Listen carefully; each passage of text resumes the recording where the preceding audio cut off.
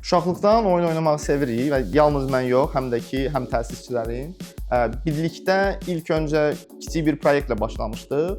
Amma gördük ki, komanda dəstəyinə ehtiyacımız var. Ona görə artıq studiya açdıq və 5 il ərzində inkişaf eləyə-eləyə bura gəlib çıxmışıq. Baş oyun dizaynerimiz Ömər İsrafilov bir həkim simulyator oyun ideyasını ortaya qoydu.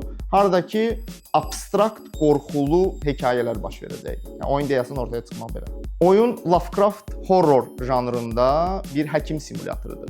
Yəni qorxu hadisələri baş verə-verə sənin yanına gələn xəstələri müalicə eləməlisən. Bəzən o xəstələr tam olaraq insanlar deyil. Bazarda həkimliklə əlaqəli oyunlar o qədər çox deyil. Kifayət qədər elə bil fikirləşirdim ki, öz əksini tapmır. Yüngülvari xəstəliyim var idi. Onun simptomlarını axtarırdım internetdə. Prosta baxırdım ki, nəsə bu əyləncəli prosesdir. Yəni bu o simptoma baxırsan, bu simptoma baxırsan, oradan xəstəliyi tapırsan, xəstəliyin müxtəlif xəstəlik potensialları var. Hiss edirəm ki, bunun özü əslində bir əyləncəli prosesə çevrilə bilər oyun kimi olsa. Bir tərəfdən də şirkət daxili oyun ideyası axtarırdığımız bir yerdə. Onun üçün fikirləşdim ki, əslində buradan bir oyun çıxa bilər. Biraz fikirləşdim ki, bunu biraz horrora çevirək, qorxu elementləri əlavə eləyək. Novruz məsələn oradan özü ideya verdi ki, bunu məsələn Lovecraftian janrındakı stili də qatmaq olar bu oyunun içinə.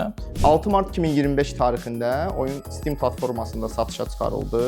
Oyun ilk aya ərzində hardasa 45.000 kopya satıldı və bu $500.000 deməkdir. Gələcək planlar Duno Harm oyununu dəstək eləmək, əlavə yeni oyunlar çıxartmaq, hansılar ki, daha böyük potensiala malikdirlər. Əsas tövsiyəm olardı ki, bizim kimi əvvəldən burada olan studiyalarla biraz konsultasiya xidmətləri bizimlə danışsınlar.